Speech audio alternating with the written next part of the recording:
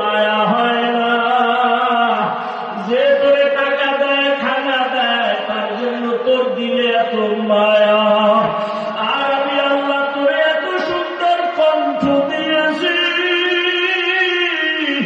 এত সুন্দর চেহারাটা দান করেছি, আমি মাওলার জন্য কি তোরে খুব মায়া হয় না? ও বান্দা, মা বাবা তোরে কাপড় দেয় খানা দেয়, মা বাবার জন্য তোর এত মায়া। ওরে আমি আল্লাহ তোর জন্য সূর্য বানাইলাম, চাঁদ বানাইলাম,